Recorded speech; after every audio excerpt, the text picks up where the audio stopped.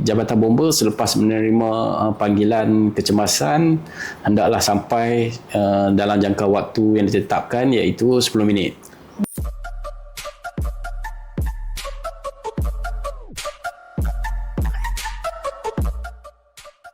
Hai, Assalamualaikum. Welcome back to Star Podcast. Jadi dalam studio kita hari ini, kita ada tetamu, bukan calon-calon orang. Kita bawa seorang bomba hari ini bersama kita yang dah bertahun-tahun pengalaman. Jadi hari ini kita nak minta share pengalaman sepanjang bekerja di dalam bidang bomba. Jadi Assalamualaikum Tuan Syarizal. Boleh kenalkan diri sedikit sebanyak? Mula-mula kita nak minta kenalkan diri dulu lah. Latar belakang, daripada mana asal. Ya. Waalaikumsalam warahmatullahi wabarakatuh. Terima kasih Cik apa ni? Sufia. Cik Sufia. Saya penolong kanan penguasa bomba Syarizal bin Samsudin.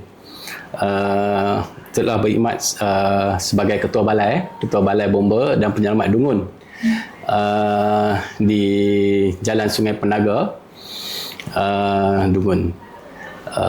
Saya dilantik sebagai ketua balai selama 5 tahun dan mempunyai pengalaman bertugas selama 26 tahun di dalam bidang kebombaan.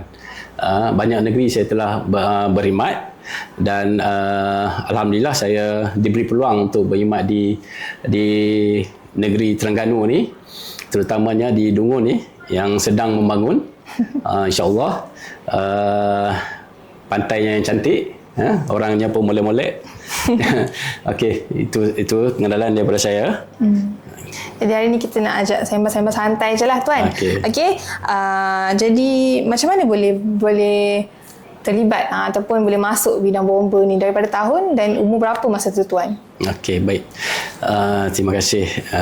Saya mula-mula berkhidmat, joining bomba ni disebabkan oleh pengaruh ibu bapa sebenarnya.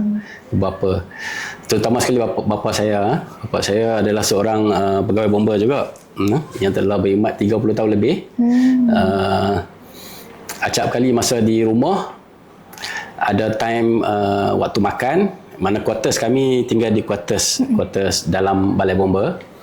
Ada acap kali bila ayah saya balik sekejap untuk makan, tiba-tiba mendapat panggilan kecemasan bila mana loceng dibunyikan di quarters, ayah saya akan bergegas keluar.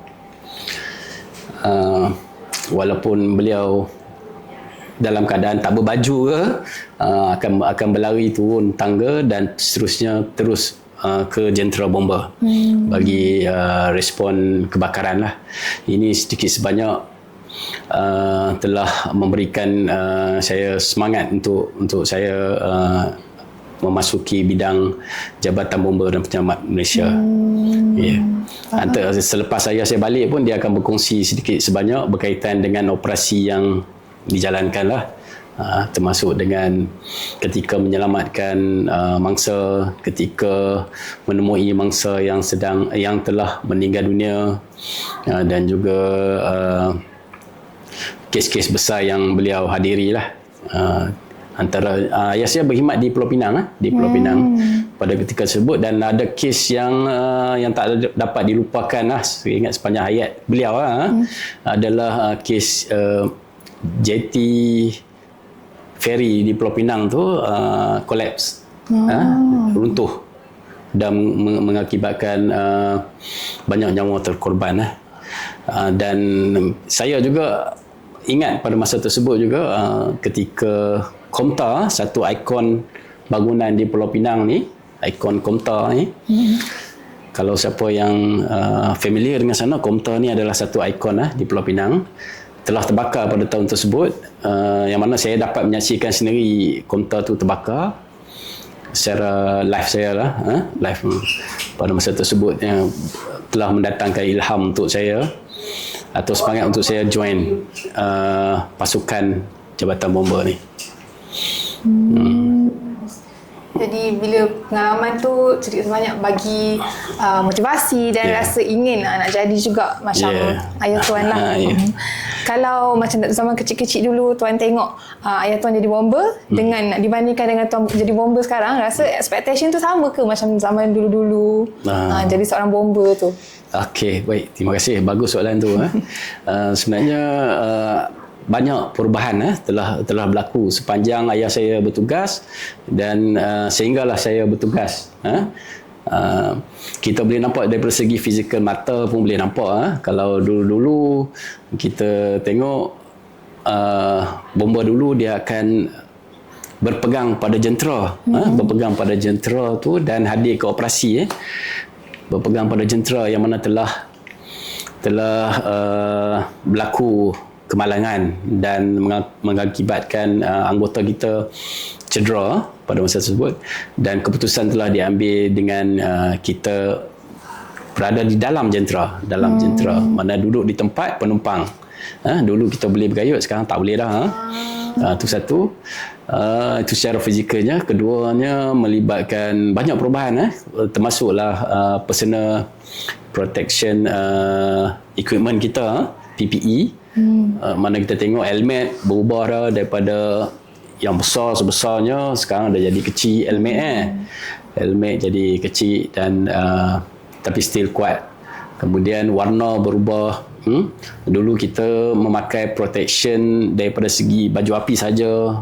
Sekarang kita dah dapat baju api dan juga over trousers lengkap. Kemudian perubahan daripada uniform. Dulu kita tak ada uniform celoring kan. Sekarang ni kita dah ada uniform celoring. Sebelum ni kita memakai celoring, bajunya tak di luar. Sekarang ni perubahan baru, KP baru ni telah mengarahkan kita untuk memakai uniform celoring pun tie in. So dia akan nampak kemas dan nampak bersedia lah. Lagi perubahan ketara di dalam di balai pula. Ketika menghadiri operasi, dulu kita mungkin lebih kepada kebakaran saja kan, tengok bomba kebakaran kan. Sekarang ni perubahannya adalah macam-macam jenis operasi bomba akan hadir. Tak kisahlah di mana, jika ada je masyarakat nak minta tolong dan benda tu boleh memberikan efek atau mengancam nyawa, dan bomba insya-Allah akan hadir menyelamat juga. Jadi untuk kerja-kerja hadir menyelamat ni banyak juga yang bomba jalankan tu. Mengikut peredaran zaman jugalah, berubah-berubah tu. Jadi macam tadi tuan ada share yang ada pengalaman masa kecil-kecil ayah tuan bangun dari tidur. Jadi macam yang kita biasa nampak ataupun yang orang share pun biasa memang ramai tahu kalau bomba ni kena siap sedia, kadang-kadang tak boleh tidur. Betul ke? Memang betul lah benda tu berlaku. Maksudnya kena sedia 24 jam. Boleh bangun bila masa. Kejap. Tengah pregnant ke? Jom scan baby di Klinik Nova Terengganu. Bye. Jangan lupa datang Terima kasih. Soalan tu agak menusuk kalbu saya sebenarnya. Sebab saya pun ketika berada di rumah selaku ketua balai, ketua balai sendiri pun tidur ayam lah. Apabila lebih-lebih lagi jika di musim sekarang ni, musim MTL, musim kebakaran hutan kan, kita bersedia. Itu ketua balai, anggota pun sama juga. Jika dia standby di balai pada waktu malam, selepas membuat kerja-kerja seperti kelas kan, malam dia ada buat kelas, ada buat selenggara palatan. Selepas buat tu, ada yang kena bertugas 24 jam jaga bilik kawalan. Ada yang tak bertugas tu dia akan berehat, tapi berehat pun macam tu jugalah, tidur ayam. Maknanya kalau ada kes pukul 2 pagi, 3 pagi, kami akan hadir dengan jayanya. Sebab KPI Jabatan Bomba selepas menerima panggilan kecemasan hendaklah sampai dalam jangka waktu yang ditetapkan, iaitu 10 minit. 10 minit kena sampai. Jika panggilan tersebut melalui call ke balai boleh, melalui 999 boleh. kami akan hadir. Maksudnya ke tempat kejadian Ke tu. tempat kejadian tu 10 minit dan memberikan respon lah. Itu kami punya key performance indicator bagi Jabatan Bomba. Itulah. So itulah, bila musim MTN ni memang betul saya pun tidur tak lena, kemudian kami pun tak dibenarkan bercuti.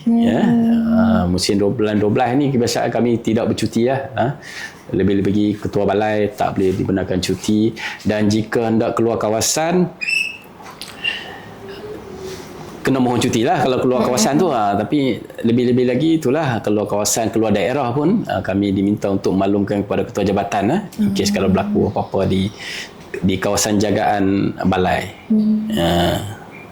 Kalau untuk bulan 12 ni biasanya musim banjir lah. Memang kes-kes banjir lah banyak. Yes. Boleh ke tuan share sikit untuk paling latest ni, kes yang paling teruk berkaitan dengan banjir ada ke sekarang? Kes berkaitan dengan banjir yang paling latest. Okey, saya sepanjang saya 5 tahun dekat Dungun ni memang banyak dah. Ujung tahun je kita Jabatan Bomba akan bekerjasama dengan semua agensi. Kami akan melalui beberapa siri mesyuarat persediaan banjir yang dipengerusikan oleh pegawai daerah DO. Siri-siri mesyuarat tersebut adalah bagi mempersiapkan jentera dan juga aset, manpower agar sentiasa sedia, dan sambil itu kita mendapat makluman daripada Met Malaysia berkaitan dengan cuaca. Kemudian kami telah membagikan beberapa sektor untuk dijaga oleh agensi. Jadi cumanya ada setahun dua yang berlaku banjir ni agak luar biasa sikit daripada yang lepas, daripada 3 tahun sebelum tu, yang mana banjir kali ini lebih di kawasan bandar, di kawasan muara. Apabila menerima hujan yang lebat, sangat lebat, dan kita air telah memenuhi ruang parit dan longkang dan menyebabkan banjir termenung, banjir termenung ataupun banjir kilat di kawasan-kawasan bandar. Yang sebelum-sebelum ni kita terima banyak banjir daripada pesisir Sungai Dungun yang menerima air daripada Pahang, daripada Pasir Raja, kemudian turun ke Dungun. Dan apabila air pasang ataupun menerima hujan yang lebat, jadi air itu akan melimpah keluar dan membanjiri kampung-kampung sepanjang pesisir sungai. Tapi yang berlaku ni agak lain sikit sebab kawasan bandar yang banjir sekarang ni. Kalau musim banjir ni, tugas seorang bomba apa? Dia kena buat apa? Jabatan Bomba. Jabatan Bomba kita telah memberikan guideline, dan kita minta untuk mematuhi perintah tetap Ketua Pengarah persediaan yang harus dilakukan, iaitu sebelum, semasa dan selepas. Jabatan Bomba sebelum, semasa dan selepas. Jadi kita diminta untuk bersedia sebelum kejadian, diminta untuk bersedia, iaitu dengan macam tadi itulah, kita melalui beberapa mesyuarat dengan agensi-agensi. Kita akan bekerjasama dengan agensi. So kita telah tengok balik arahan NAPMA, arahan nombor 1 dengan polis, mana daripada segi pembukaan PKTK, Pusat Kawalan tempat kecemasan. Jadi kita akan bekerjasama dengan agensi. Lepas itu kita akan membuat simulasi bersama JKM, bersama dengan APM, simulasi memindahkan mangsa banjir. Kemudian kita akan membantu JKM juga daripada segi logistik, makanan dan keperluan. Kemudian kita akan menasihati juga JPKK supaya supaya sentiasa berwaspada dan memberikan makluman kepada kawasan jagaan JPKK. Jadi kita akan bagi nasihat, kita akan memberikan taklimat. Itu kita akan sama juga dengan JPS akan sebelum banjir itu dia akan membesarkan longkang kan, parit, kemudian akan memastikan siren kecemasan tu dalam keadaan baik kan, supaya siren tu didengari oleh penduduk setempat siren siren yang diletakkan oleh JPS ya. Faham? Jadi biasanya kalau orang dengar pasal bomba, jadi yang biasa kita tahu, bomba ni kerja dia untuk padam kebakaran. Jadi selain daripada memadam kebakaran ataupun berkaitan dengan api ni, apa lagi bomba punya kerja, job scope yang boleh ada apa-apa kecemasan ke? Ya betul. Seperti mana yang saya katakan tadi untuk Balai Bomba dan Penyelamat Dungun saja, Balai Bomba dan Penyelamat Dungun saja, kita sepanjang 5 tahun statistik yang diambil ni, kes-kes menyelamat agak ketara di Balai Bomba dan Penyelamat Dungun, yang mana kalau yang terkini bagi tahun 2025 adalah sebanyak 80 panggilan menyelamat. Manakala panggilan kebakaran 145. Di Dungun ni disebabkan oleh kebakaran ni adalah kebanyakannya adalah kebakaran hutan. Hutan gambut, hutan berluka, dia banyak.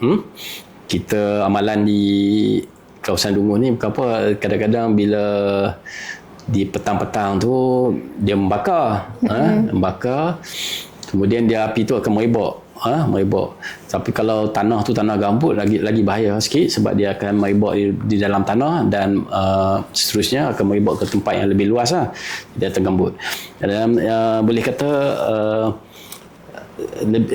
lebih daripada separuh daripada panggilan kebakaran daripada jumlah keseluruhan 235, jadi panggilan penyelamatan adalah 80, dan panggilan menyelamat ni macam-macam panggilan menyelamat antaranya kita terima terkurung dalam bilik dalam bilik pun ada. Ada juga. Kita terima terkurung dalam bilik, mungkin disebabkan oleh kuncinya rosak. Dan dia minta bantuan kita untuk memecahkan pintu memecahkan pintu, ataupun kaedah yang lebih tidak merosakkan pun boleh, kita akan ikhtiarkan yang itulah dulu. Kita ada yang terkunci dalam kereta, kunci dalam kereta bahaya juga kepada kanak-kanak jika kanak-kanak terkunci dalam kereta. Jadi kita tebuan lebah yang mana mengancam tu, tebuan lebah. Kemudian kita terima ada panggilan yang pelik-pelik juga ada juga, macam kera masuk dalam rumah pun ada. Kera masuk dalam rumah, kemudian ada bewak masuk dalam rumah. Ular ni biasalah, ular sampaikan ular ni pun ada jenis ular suka sembuh. Jadi kita ada anggota cedera disembuh bisa ular pun ada. Tapi ketika kita nak melepaskan ular tersebut nak melepaskan ular tu sembuh bisa.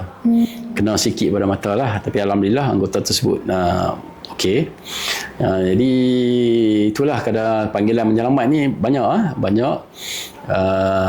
Yang commonnya, yang paling ni dalam menyelamat adalah mencari mangsa lemas Mangsa lemas ni agak mencabar sebab dia melibatkan waktu pencarian yang panjang.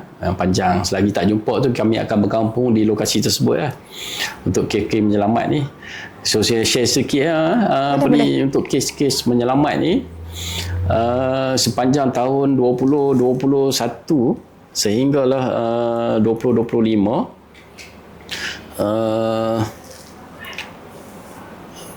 2016 sehinggalah 2025 25 adalah sebanyak 42 orang. 42 kes telah lemas di kawasan daerah Dungun, keseluruhan daerah Dungun, termasuk Tasik Puteri, termasuk di kawasan Muara Sungai Pakar, di Kampung Syukur, AMBS, banyak kes-kes lemas. Yang saya tak dapat lupakan juga antara kes lemas ni ketika di Pantai Teluk Lipat. Pantai Teluk Lipat ni di mana tiga orang kanak-kanak 10 tahun mandi manda di kawasan tersebut. Kawasan tersebut sangat bahaya dengan ombak kuat, dan saya ketika membuat pertanyaan dengan orang saksi, orang awam mengatakan bahawa budak ni nak mandi juga kat situ. Dia nak mandi juga kat situ, 10 dan 11 tahun mandi. Nasib baik seorang kawan dia tu tak masuk air dalam. Dia selamat. 2 orang telah dihanyutkan oleh ombak. Jadi pada masa tersebut kita nak buat pencarian menggunakan bot pun bahaya kat tepi pantai sebab ombak kuat. Dan kita pun boleh dihempas oleh ombak lah dengan batu-batu tu. Tapi Alhamdulillah kerja kami dipermudahkan pada waktu tersebut, yang mana ketika ombak tu naik kami nampak jasad tersebut dan tanpa berlengah terus anggota telah turun ke pantai dengan memakai PFD ataupun life jacket, dan mencapai jasad tersebut, seterusnya dibawa ke darat. Dan mangsa kedua juga sama juga, dia ombak naik, kemudian kita nampak mangsa tersebut, jasad tersebut, dan kami melalui proses yang sama juga. Tapi itulah nasihat tak didengari, dia masih lagi nak mandi. Mandi tu lah ajal kan. Betul. Dia seorang je lah yang selamat. Sekarang budak seorang yang selamat. Tapi kesian lah 10 tahun. Betul. Kawasan yang paling biasa kejadian lemas ni kat mana, kalau dekat Dungun ni?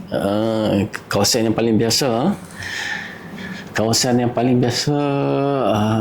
kadang-kadang melibatkan pelajar-pelajar universiti, politeknik, UiTM, dan mereka hadir daripada pelbagai negeri. Mungkin di negeri mereka tu, contoh di Pulau Pinang sendiri, contoh di Pulau Pinang ni pantai memang agak landai. Jadi tak sama dengan pantai di Terengganu ni. Kita pantai dia agak bahaya. Kemudian untuk aktiviti di air ni memang agak bahaya lah.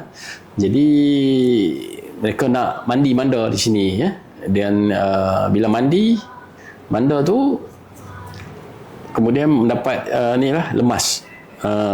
Jadi dia mencuba benda yang baru antara lokasi yang digemari itu adalah pantai dan juga macam Tasik Puteri, di air terjun Lubuk Kain, AMBS air terjun Lubuk Kain. Jadi itu semua memberikan statistik yang tinggi, statistik tinggi.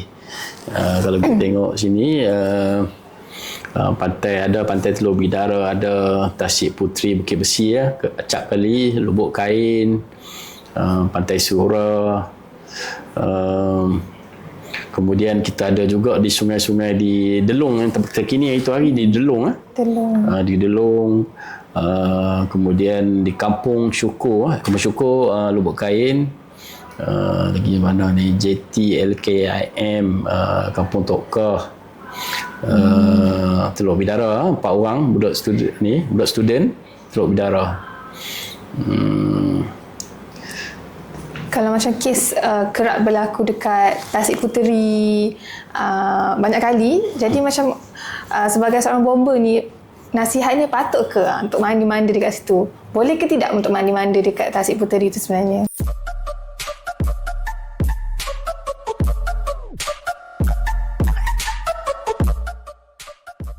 Tasik Puteri tu kan.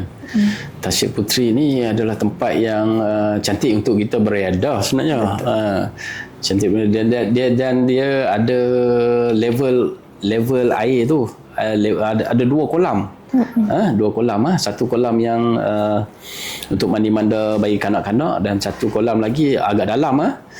Agak dalam, dan kolam yang dalam ni selalu dicuba oleh orang sebab situ tak ada yang mandi ke situ.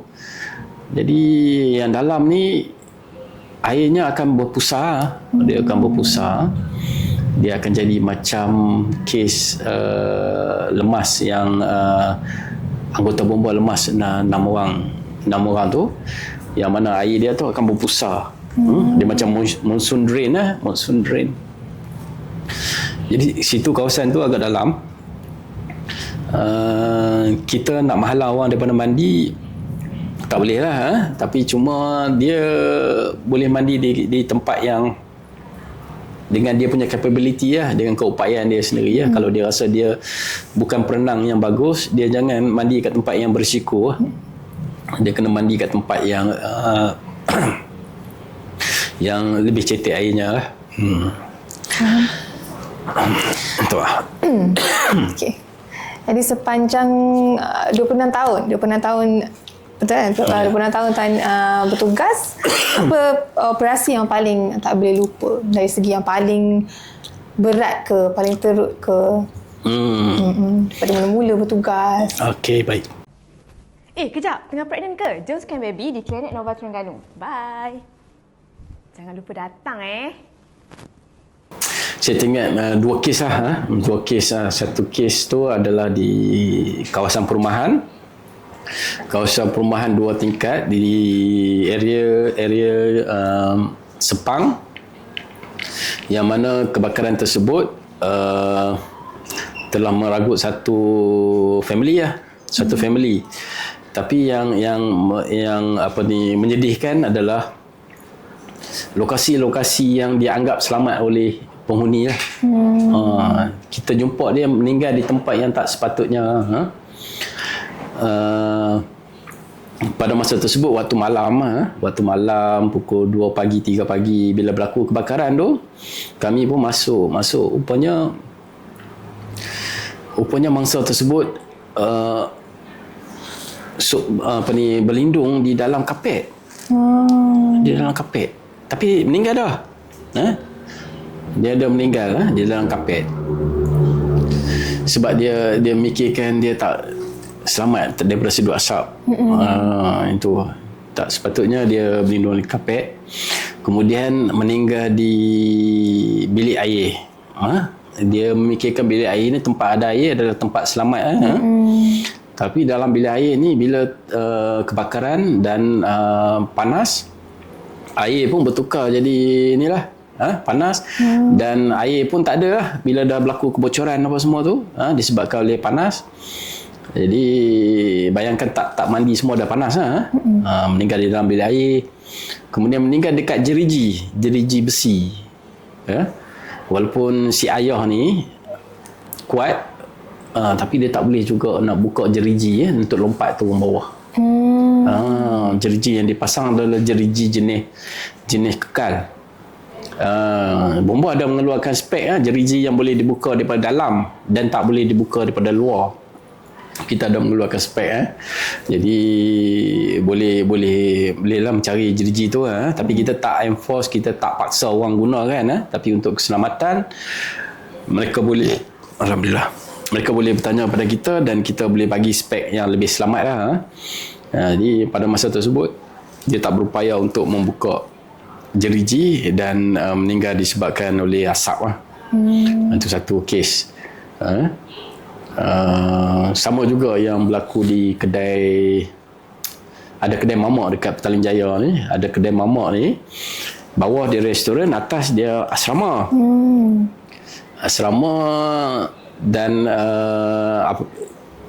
pintu tahan api tak ada. Jadi bila terbakar dekat bawah ni, asap telah naik atas, dan meninggal juga 2 orang. Mama ataupun mama ni, mama India. Kita bayangkan dia pun tak boleh keluar disebabkan jeriji juga. Walaupun kita ingat dia orang ni kuat lah kan nak pecahkan jeriji, tak boleh juga pecahkan jeriji, so meninggal disebabkan oleh asap juga, asap dan panas. Lagi satu kes adalah di inilah, ada satu keluarga ni telah membuat perniagaan haram apabila mereka cuba untuk memindahkan gas daripada gas bersubsidi gas ataupun kita panggil gas domestik, gas kegunaan kita ni, kita beli kita dapat subsidi kan kalau gas yang kecil tu kan. Tapi gas untuk industrial ni dia tak ada, industri ni dia tak ada subsidi.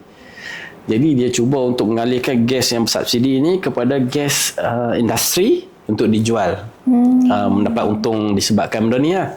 Jadi dia telah membuat satu store dekat rumahnya, buat satu store dan buat kerja tu lah, pindah-pindah tu. Pindah tu dengan airnya, dengan dengan aisnya apa semua kan, dia buat proses sejuk apa semua ni dan alihkan daripada subsidi kepada tak subsidi.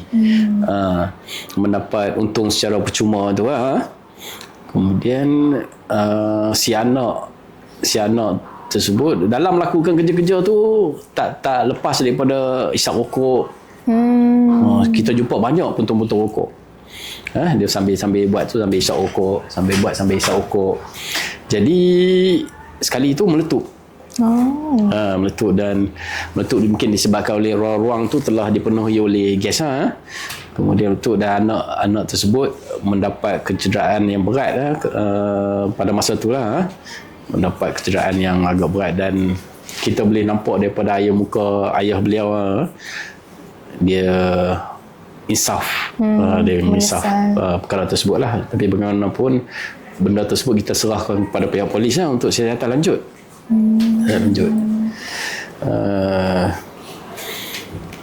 Dan itu antara yang kes kebakaran yang saya tak boleh lupakan lah. Manakala bagi kes saya ada jumpa kat kes nak bunuh diri. Nak bunuh diri di Kuala Lumpur, yang mana yang nak bunuh diri ni dia mengancam untuk meletupkan rumahnya sendirilah. Dia berada dalam rumah dan memegang gas dan mengugut untuk meletupkan rumah. Pada masa tersebut orang lain pun ada juga dalam rumah tu. Mak beliau telah keluar, mak kakak dah keluar, tapi dia masih kat dalam rumah dan tak membenarkan pihak polis, terutamanya untuk masuk lah. Pihak bomba pun sama, dia tak bagi masuk dan mengancam untuk meletupkan rumah. Rumah adalah rumah jenis apartmen, jadi agak bahaya.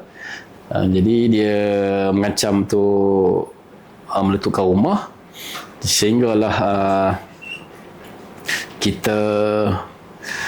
kita berjaya untuk menangkap dan mengalihkan gas tu keluar daripada rumah lah. Kita membuat cara yang kita berjaya untuk keluarkan gas dulu, kemudian kita buat serbuan buat serbuan dan akhirnya dia telah ditangkap oleh polis itu satu. Kemudian ada juga yang percubaan bunuh diri berada di tingkat 18 di Kuala Lumpur, apartmen.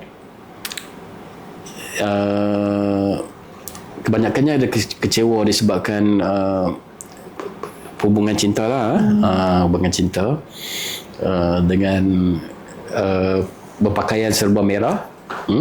Dia berada di bucu apartmen saja. Bucu apartmen. Tapi kes ni kita berjaya untuk selamatkan lah. Walaupun dia berada di bucu. Di Kuala Lumpur ni kami ada tim high rise building. Tim high rise yang mana dia terdiri daripada pakar-pakar tali mereka telah bersedia di tingkat atas daripada tempat yang diancam untuk bunuh diri itu. Dia telah bersedia di atas untuk membuat lompatan tali lompatan tali dan menangkap mangsa seperti ni ya. Tapi kami berjaya pujuk tu dengan memanggil saudara dan juga kekasih dia mari untuk bagi tenang. Akhirnya berjaya dia dinaikkan. Tapi untuk makluman juga, percubaan untuk bunuh diri ini adalah satu kes yang boleh didakwa oleh pihak polis. Boleh didakwa satu kesalahan. Kalau untuk di negeri Terengganu ni sendiri, ada kes-kes bunuh diri yang Tuan pernah jumpa? Untuk di Terengganu ni, percubaan kita tak ada percubaan, tapi telah membunuh diri lah. Kita ada jumpa telah membunuh diri ya. Baru ni saya ingat lagi satu kes tu mana kita menurunkan mangsa bunuh diri itu daripada atas pokok daripada atas pokok. Dia menggantungkan diri di atas pokok. Tapi still di bawah pengaruh dadah juga. Di bawah pengaruh dadah. Kalau macam Tuan sendiri, mesti banyak kes-kes ataupun kes yang mungkin kematian yang Tuan jumpa, ada ke efek kat diri sendiri, ke ahli keluarga, ke sepanjang 26 tahun bertugas? Okey, baik. Macam mana Tuan terima mula-mula ke kan? Saya pun dah, walaupun sebagai ketua balai, tapi saya telah pun turun ke operasi juga. Turun ke operasi. Kadang-kadang kes-kes lemas ni ada kalanya saya hadir paling awal dan membantu untuk mengalihkan mangsa lemas tu ke dalam bot. Ada yang saya jumpa tapi saya alhamdulillah saya belum terkena badi ke apa, tak ada lah. Terkena badi tu. Jadi walaupun seorang dua daripada rakan saya ni balik rumah diganggu ada yang diganggu ketika proses pencarian mangsa lemas ni, kawasan-kawasan tersebut agak keras jadi ada yang diganggu selepas balik tu. Alhamdulillah saya setakat ni masih okey cuma wife pesan balik rumah tak boleh masuk tidur dalam terus kena mandi dekat luar rumah dulu. Jadi kena mandi dekat luar rumah dulu. Kalau dari segi operasi menyelamatkan mangsa-mangsa ni mesti akan melibatkan nyawa. Jadi apa penerimaan keluarga Tuan sendiri? Keluarga saya dia orang dah boleh terima saya punya profession sebagai anggota bomba, sebagai pegawai bomba, seterusnya sebagai ketua balai. Dia, family saya memahami disebabkan dia pun pernah bertugas sebagai di dalam jabatan bomba sendiri. Jadi nak anggapnya kami bertemu jodoh pun ketika di dalam jabatan bomba. Walaupun dia bukan uniform, dia guna sama ataupun JPA, bawah Jabatan Perkhidmatan Awam. Kami bertemu di jabatan bomba, so dia memahami lah tugas-tugas saya. Dan anak pula ni, anak pun dah join dah kadet bomba kan. Bomba minat sama juga. Jadi saya pun anak tiga-tiga lelaki, hero belaka.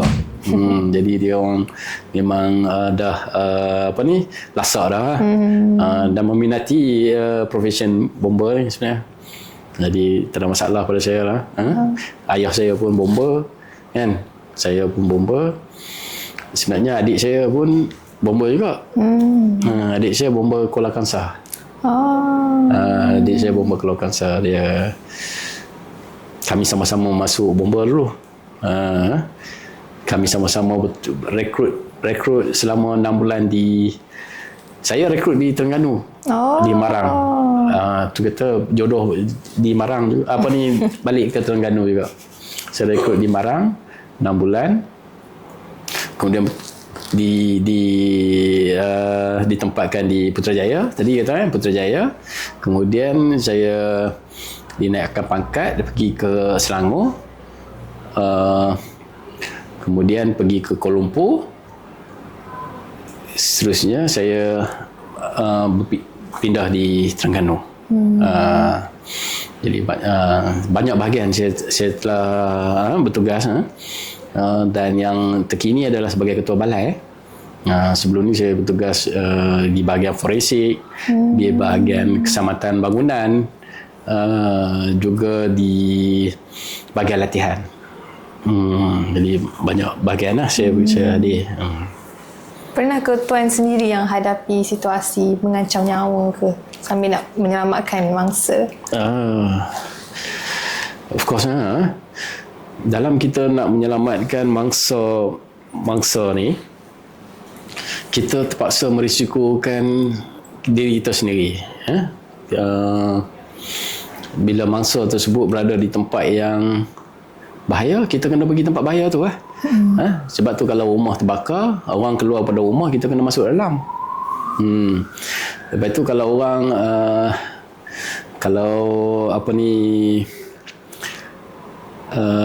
orang tu dia nak bunuh diri tempat tinggi, kita kena naik tempat tinggi. Jadi sikit banyak kita merisikokan diri kita sendiri. Jadi antara risikonya, antaranya adalah ketika kita nak menyelamatkan mangsa banjir, disebabkan oleh kelewatan mangsa tersebut untuk keluar. Bila dia lewat keluar, tempat tersebut telah jadi bahaya. Air telah naik. Kemudian kita tak pasti sama ada terdapatnya ular kat situ kan. Benda-benda tajam. Kemudian bot kita boleh terbalik kan. Bila kena pokok-pokok mati kan, boleh kena. Jadi benda macam tu pun boleh mendatangkan bahaya kepada diri kita sendiri sebagai penyelamat. Apa yang tak sepatutnya, kalau dia orang keluar awal, kalau mangsa tu keluar awal, kita dah selamat kan menggunakan lori contohnya kan, kurang risiko tu. Tapi kalau kita menggunakan bot, dia akan lebih sikit risiko dia. Itu untuk KK banjir sama juga untuk KK rumah ni kadang-kadang kita tak sedar yang kita pergi untuk kebakaran bangunan ni, bila masa saja dinding rumah boleh terbalik kan. Kita tak sedar tangga yang kita naik ni kadang-kadang boleh runtuh. Tu benda-benda yang mendatangkan bahaya kepada kita lah. Sebab tu kita menguatkuasakan agar tangga-tangga di dalam bangunan ni perlu ada dan menepati ciri-ciri keselamatan. Sebab tu kita kuatkuasakan dinding-dinding di dalam bangunan ni supaya tahan api. Lepas tu kita minta dalam alat madam api kan. Lepas tu untuk kes kebakaran sama juga kes ular tu yang berlaku pada kawan saya, pada anggota saya, bila mana dia disembur oleh ular bisa kan. Semua tu boleh mendatangkan bahaya. Jadi itulah, dalam sedar tak sedar memang kerja kita yang buat ni, kita menghadiri satu-satu tempat operasi itu boleh mendatangkan bahaya yang kita tak sedar. Termasuklah pada kes yang di Subang tu, ingat tak yang arwah adik? Arwah adik kan? Yang arwah adik pun sama lah. Kami bomba, macam saya cakap tadi, kami terikat dengan KPI, Key Performance Indicator. Apabila kami terima panggilan kebakaran, kami tak tahu benda tu rusuhan ke apa kan. Kami akan hadir. Bila kita tengok kebakaran kereta, kenderaan pun bunyi loceng, kami pun naik kenderaan, kami akan hampir dengan kenderaan yang terbakar tersebut lah supaya nak buat proses pemadaman. Lepas tu kami nak lapor yang kami sampai tempat kejadian 10 minit. Kalau kami tak sampai, lambat sampai, kami akan nak menyelamatkan orang kan, kami gagal lah kan. Jadi kami nak kena sampai cepat, tapi kita tak tahu keadaan tersebut. boleh mendatangkan bahaya pada kita akibat daripada rusuhan kan. Itu satu lah. Jadi itulah, kadang-kadang kita tak sedar yang kadang-kadang benda even simple tapi boleh mendatangkan bahaya pada kita. Naik tangga pun sama. Cik Mimi ni? Cik Sufia. Cik Sufia. Sorry, saya buat nama ni sikit. Cik Sufia. Kadang-kadang latihan kita pun boleh datangkan bahaya. Latihan kita naik tangga, turun tangga kan. Kami mendirikan tangga, kami handling palatan-palatan jabatan bomba berat-berat. Hos ke apa semua. Jadi kalau kami naik tangga tu pun tinggi kan. Naik tangga yang kami dirikan tu lah. Nak respon api apa semua ni. Tu lah antaranya lah. Jadi kalau kita sebut mengenai bomba, sinonim dia ialah kebakaran. Jadi macam kes yang terbaru kalau Tuan Syahrizal tahu yang dekat China tu, yang dekat Hong Kong ada kebakaran yang besar tu kan. Jadi macam sebagai bomba, ahli bomba ni macam mana? Contohlah kalau ada kes-kes dekat kebakaran yang besar macam tu, macam mana untuk handle? Ataupun apa opinion Tuan Syahrizal berkaitan dengan kebakaran tersebut? Okey, bagus tu. Kita boleh relatekan kebakaran yang berlaku dekat China tu dengan beberapa siri kejadian yang berlaku dekat Malaysia sendiri. Antara kes-kes besar yang berlaku dekat Malaysia ni, kalau ikutkan sejarah penubuhan jabatan bomba adalah berkaitan dengan kebakaran besar. Yang berlaku ke luar negara tu kita tak payah cerita lah. Chicago fire dulu kan. Sebab tu Chicago tu terkenal dengan fire dia tu kan. Jadi kat Malaysia ni dulu kebakaran Campbell, kebakaran Campbell, bangunan tinggi besar apa semua ni telah terbakar. Jadi antara bila dah terbakar ni yang menyebabkan bomba ni kata apa, revolusi ya, telah membuat terjadinya revolusi untuk jabatan bomba. Jadi kita telah disatukan daripada setiap negeri itu, ada Asia-Asia sisi telah disatukan menjadi satu jabatan. Kemudian kebakaran yang berlaku seperti mana dekat China ni adalah kebakaran melibatkan high-rise building, high-rise building, apartment, yang mana kalau dekat Malaysia ni kalau berlakunya kebakaran macam tu, sepatutnya antara tindakan awal adalah pemadaman api tu oleh pihak security bangunan tu sendiri. Security, orang awam, pemilik rumah sepatutnya telah mendapat kesedaran untuk menggunakan hos gelung. Hos gelung telah ditempatkan di bangunan. Jadi bangunan tinggi-tinggi ini sebenarnya telah dilengkapi oleh ciri-ciri keselamatan. Antaranya adalah dinding yang jenis tahan api, tahan 2 jam.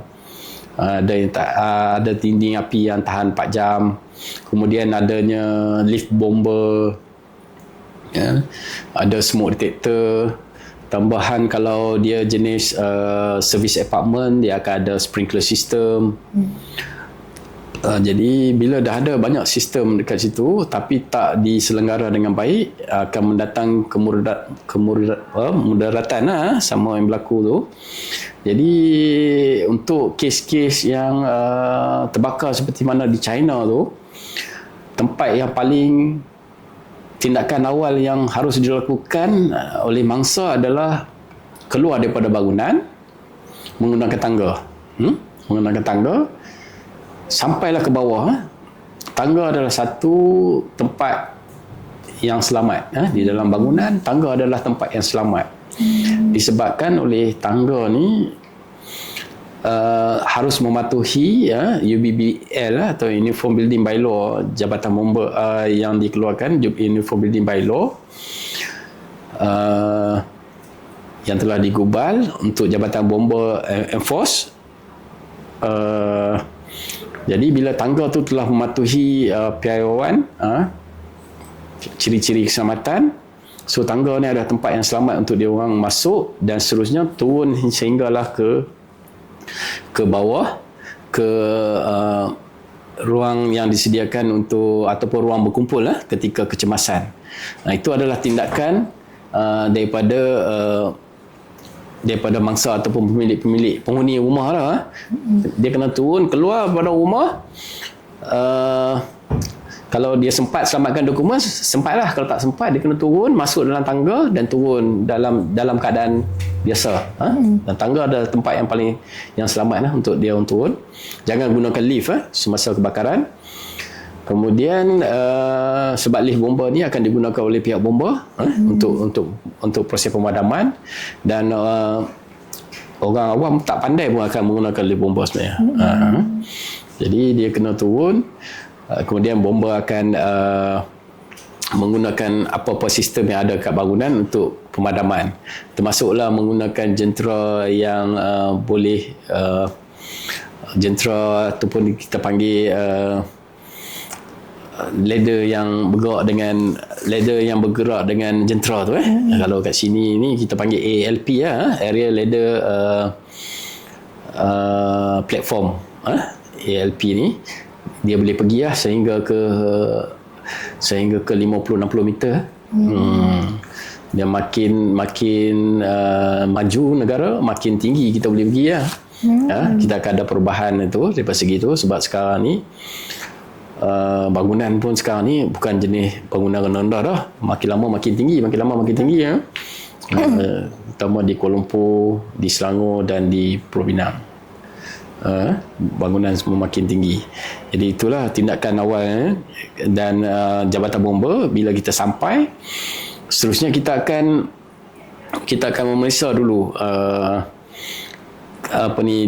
di sistem yang berada dekat bangunan tu, di panel tu, apa sistem yang yang telah berfungsi, trigger. Kemudian kita akan respon melalui itu lift bomba. Sebenarnya kita akan buat pemadaman.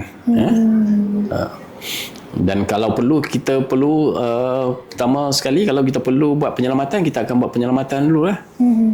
Itu mengeluarkan mangsa tu daripada tempat lokasi tu. Itu sedikit sebanyak untuk kes kebakaran tu. Kita nak masuk ke segmen ataupun session kita nak minta Tuan Syarizal share tips-tips lah. Kalau untuk kebakaran ni, boleh ke share tips keselamatan keselamatan rumah. Kalau untuk rumah lah, especially apa yang kena jaga dari segi elektrik ke kan.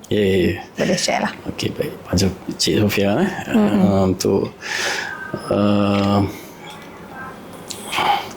untuk kebakaran rumah ni, kita perlu berwaspada. Pertama, dekat rumah ni kalau kita ada langkah-langkah ekstranya, kita boleh ambil langkah-langkah ekstra. Contohnya, kesedaran kita timbul, kita membeli alat mada api. Alat mada api 9 kg ke, yang 5 kg ke, yang 1 kg ke, boleh juga kita gunakan kalau berlaku kecemasan. Jadi kalau kesedaran kita ada lagi tinggi lagi, kita nak beli jenis smoke detector, jenis ataupun dipanggil smoke detector self conduit, maknanya dia boleh menggunakan kuasa tersendiri ataupun pakai bateri saja. Itu pun boleh, dia letak dekat bahagian yang antara tempat risiko dengan tak risiko tu kan. Contoh dapur dengan ruang tamu, letak tengah-tengah tu kan. Sebab kalau kita letak kat dapur tu, kita duk masak kan, nanti Cik Sofia duk goreng-goreng asap banyak tu, duk bunyi kejap-kejap bunyi kan, detect jadi letak ke tempat yang di antara jalan keluar dan juga tempat risiko tu. Kita boleh beli tu smoke detector. Itu untuk untuk lebih berjaga-jaga, alat mada api, smoke detector. Kalau kita nak tahu bawa kurungan tangga pun boleh. Lagi satu, kita design rumah tu, pastikan design kita rumah ni kalau dia boleh tanya pendapat kita pun boleh, kita boleh bagi consultation, tak ada masalah kan. Tapi kalau dia nak design sendiri, nak buat bagi comel, bagi lawa rumah tu, tapi tangga dia nak buat pattern yang ni dan terlalu design dia tu sehingga kan boleh mengancam nyawa pun tak boleh juga. Contoh dia nak buat tangga jenis spiral lah, Spiral jenis pusing-pusing tu kan. Bila pusing-pusing tu nanti ketika kecemasan nak lari laju pun berpusing-pusing lah. Jadi bahaya tu kanak-kanak pula kan. Jadi pastikan desain rumah tu pun desain rumah yang selamat. Kita kena pasti rumah kita ni macam mana kan. Kalau kita pejam mata sekali pun kita boleh jalan lah dalam rumah kan. Sebab kadang-kadang berlaku kecemasan tu, tempat tu gelap. Gelap. Pejabat pun berlaku gelap. Jadi kita sentiasa bersedia berjalan dalam gelap apa semua ni. Jadi itulah saya nak pesan lah untuk bahaya-bahaya kebakaran ni, sebelum tinggalkan rumah ni nak pergi ke mana-mana, pastikan dapur masak tu dalam keadaan telah dipadamkan sepenuhnya. Api telah dipadamkan. Kadang-kadang kita lupa kita sedang memanaskan sesuatu. Baru teringat nak ambil anak kat sekolah, pergi. Tapi sekejap ya, rumah kalau terbakar tu, dia menyambar langsir ke, dia menyambar hood dia kan, menyambar hood ke, kat hood pun banyak minyak kan. Kat dapur, kemudian dapur kawasan yang tertutup, dia akan jadi cepat kebakaran cepat. So pagi kita pun kita datang padam, tapi still kerugian bernilai ratusan ribu ringgit lah. Jadi dia boleh mendatangkan kerugian.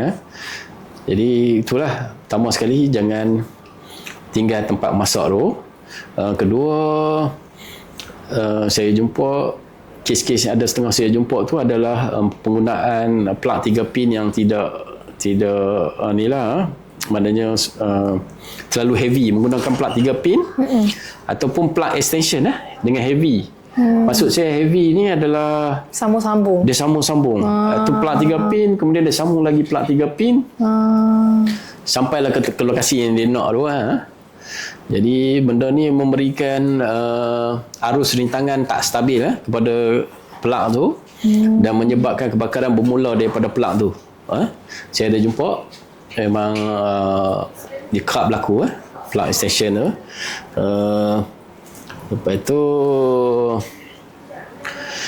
Lepas tu sila perhatikanlah kanak-kanak kat rumah ni, anak-anak kita ni, daripada bermain dengan alat membetik api ke, bermain dengan mercun ke kan, itu boleh menyebabkan kebakaran lah. Dan jika kita perlu juga tinggalkan rumah dalam jangka waktu yang panjang tu, pastikan peralatan elektrik lain-lain tu ditutup lah, termasuklah peti ais. Peti ais pun perlu dikosongkan juga dan ditutup supaya lebih selamat lah. Kalau charge phone atas katil tu memang boleh salah satu punca penyebab kebakaran, betul? Ya. Yeah. Kalau kita charge phone, kita tak tahu pada masa bila charge tersebut akan fail. Kadang-kadang peralatan yang kita beli ni, kita kena, kadang-kadang kita beli peralatan yang sirim, ada tanda sirim ni, atau peralatan ni dia mahal sikit daripada yang kebiasaan yang tu. Mungkin dia lebih tahan sikit. Dia boleh tahan daripada segi warning dia tu, dia boleh tahan. Kalau dia overflow ke apa, dia akan trip kan, dia akan rosak, dia akan padam. Ada setengah tu dia akan terus menyala. Kita ada buat juga uji kaji atas peralatan-peralatan yang boleh fail ni, termasuklah striker. Bila kita tengok, kita on striker ni, kalau yang jenis mahal sikit dia akan cool down balik kan. Tapi striker yang ni dia terus panas dan akhirnya terbakar pun ada. Jadi kalau kita cas telefon ni dekat bilik ataupun sebelah katil, saya memang risau juga. Tapi sepatutnya kita letak extension ni di tempat yang kita anggap susah api nak merebak dan terbakar. Kalau terbakar situ je. Kita jangan bagi dekat dia kain kita, bantal kita kan. Bila dia panas tu, dia terbakar, dia terus merebak ke tempat yang senang terbakar. Jadi ada berlaku plug extension tu kalau letak atas katil, of course boleh terbakar. Lampu atas ceiling tu pun kadang-kadang bila dia betul-betul nak fail dia tu, dia terbakar, dia jatuh bawah, ada katil bawah, katil pun terbakar.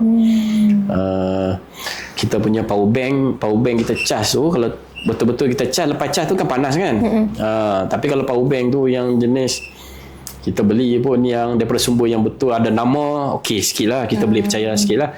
Tapi kalau power bank tu pun jenis tak ada nama, beli harga RM9, RM9.90 kan, tapi kapasiti RM40,000, RM50,000 kan. Tak percaya, bayar juga kan, dia akan mengelembung dan seterusnya terbakar tu. Handphone pun sama lah, lebih kurang handphone pun sama. Kalau kita cas tu ada time dia fail, dia makin lama makin panas so, dan akhirnya boleh mencetuskan tahap kebakaran tu capai, kemudian dia boleh terbakar. Itu sedikit sebanyak untuk tips keselamatan kebakaran. Kalau dari segi banjir pula, sikit-sikit kita share. Sementara sekarang bulan 12 bulan ni, 12 kan. banjir. Kita pun tak tahu sekarang ni kalau ada lagi berlaku gelombang seterusnya. Kan? So, apa tips keselamatan musim banjir? Sekarang ni 2-3 hari kebelakangan ni, Balai Bomba Penyelamat Dungun kita aktif membuat rondaan pada tengah-tengah puncak air pasang. Air pasang besar, fenomena air pasang besar. Baru-baru ni dan berakhir semalam adalah 3 meter ke atas air pasang. Jadi anggota saya telah diminta untuk hadir ke kampung-kampung yang akan dinaiki oleh air lah. Cumanya Alhamdulillah cuaca hujan baik, kemudian air daripada hulu pun tak turun terlalu banyak. Jadi tak bertembung, maka kenaikan air itu adalah di paras biasalah, walaupun ada yang naik sikit lah di jalan-jalan tu ada naik juga. So fenomena air pasang besar semalam dah habis. Alhamdulillah tak ketara, tapi kita boleh nampak nanti. Jangan terkejut pula kan Cik Sofia, tengok dekat pasar penuh, kawasan parking tu penuh dengan air. Ada berlaku penuh air, tapi tak kritikal lah, sebab dia disebabkan dia sekejap dalam waktu yang singkat, kemudian air dia akan surut air pasang besar. So untuk nasihat saya kepada masa-masa banjir yang telah melalui siri banjir sebelum ni, dia orang pun dah biasa dengan banjir ni sebenarnya. Bagaimanapun kita, walaupun dia biasa pun, kita kena berwaspada juga. Kita tak tahu bilanya banjir yang lebih teruk akan berlaku kan. Sebab kalau dia berlaku banjir yang lebih teruk tu, contoh macam yang berlaku di negara Thailand di Hat Yai apa semua ni, sesuatu yang di luar jangka, mana meningkat air itu sehingga ke paras 2 tingkat, akan mendatangkan kemusnahan yang besar dan juga berbahaya kepada inilah mangsa banjir itu. Memang sangat bahaya. Tak boleh lari daripada elektriknya apa semua tu okey, yang masa-masa banjir perlulah sentiasa peka dengan amaran cuaca yang dikeluarkan oleh Met Malaysia. Dia sentiasa ni, dan air bahan telah dilakukan oleh JPKK. Air bahan telah dilakukan oleh agensi-agensi penyelamat, terutama di dalam Facebook, di TikTok. Kita ada buat air bahan sekarang ni. Kita buat di Facebook, TikTok. Cik Sofia nanti minta tengok nanti yang Bomba Dungun punya TikTok. Boleh. Kita aktif dah sekarang ni, menyebarkan maklumat-maklumat tu di Facebook dan juga di media masa lain lah. Jadi itulah dia kena berwaspada dengan amaran cuaca. Lepas tu dia dimintalah untuk jangan tunggu sehingga air naik, dia kena pindah awal lah jika diarahkan supaya mudah kerja-kerja agensi-agensi penyelamat ni. Kita boleh konsentrate pada orang-orang yang kurang berupaya kan, OKU ke, jadi kita boleh konsentrate.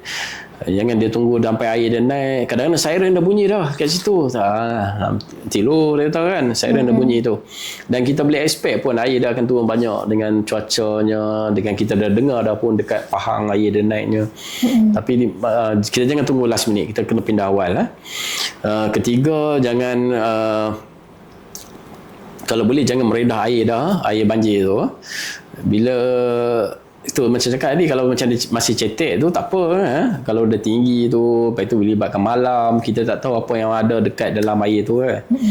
Ada ular berbisa, ada paku, ada kaca. Jadi elakkan daripada meredah banjir. Kita nampak agak simple, nak redah juga. Kena kaca, tiba-tiba yang redah ni pun peringkat umur pun dah lanjut. Ada kencing manis apa semua. Jadi benda ni dia datang mudarat ke hadapan lagi mudarat. Lepas tu dia kena sentiasa bagi perhatian lepas tu untuk jika berlakunya banjir kilat dan fenomena air pasang besar tu, sentiasa berwaspada. Banjir kilat ni kita tengok, kita pun dah boleh jangkakan kalau di kawasan Taman Rakyat tu kan, kita tengok tu kalau air tu sampai ke boleh melimpah dah tu, memang nak kena pindah dah tu. Jadi lepas tu dia utamakan dia kena bawa ubat-ubatan dia, ubat-ubatan apa semua ni pindah bersama ke lokasi PPS. Sebab kita tak mahu nanti tiba-tiba kita kena tiba-tiba dia nak kena masuk rumah nak ambil ubat kan. Jadi bahaya. Jadi dia kena bawa ubat-ubatan dia terus di PPS, dan jika dia dijadualkan untuk cuci buah pinggang ke apa tu kan, dia boleh bergerak daripada PPS, dan insyaAllah Jabatan Bomba pun boleh bantu. Kita pun ada ambulans untuk bantu bawa dia. Kemudian dia kena matikan semua elektrik sebelum dia keluar rumah tu. Nanti takut nanti ada berlaku lintas pintas dan seterusnya. Dalam tu banjir-banjir, rumah terbakar pula kan.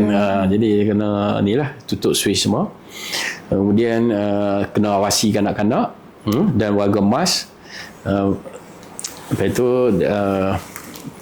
Lepas tu dia kena jugalah pastikan selepas banjir tu kena periksa rumah tu. Tengok, periksa balik yang mana yang fail, elektrik fail ke apa tu, kena baiki lah. Itu je pesanan saya kepada masa-masa banjir tempat masyarakat di luar sana tu. Jadi itu sedikit sebanyak sharing tips-tips daripada Tuan Syarizal berkaitan dengan kebakaran dan juga untuk mangsa banjir. Ada lagi ke apa-apa perkongsian sebelum kita melabuhkan tirai? Okey, saya tadi saya tak sebut pun tadi. Saya mengucapkan ribuan terima kasih kepada Klinik Nova sudi menjemput saya untuk hadir pada sesi podcast pada pagi ini. Pada Cik Sofia juga, Cik apa? Cik Ida. Terima kasih jemput. Memang kita telah jadualkan pada pagi ini. Alhamdulillah saya pun free. Jadi saya nak ucapkan ribuan terima kasih jemput saya. Seterusnya segala pengkongsian yang kita dapat pada hari ini boleh dijadikan sebagai pedoman dan manfaat kepada masyarakat di luar sikit sebanyak. Segala yang baik datang daripada Allah SWT, yang buruk tu daripada saya sendiri. Sangat tu je. Terima kasih. Okay. Jadi terima kasih untuk Tuan Syarizal sudi bersama kita dalam studio Star Podcast hari ini. Dan semoga semua perkongsian tu dapat diambil iktibar, dapat ambil pengajaran dan berguna untuk semua pendengar. Terima kasih. Okay, baik. Kita jumpa lagi di next episode. Bye. Okay, bye.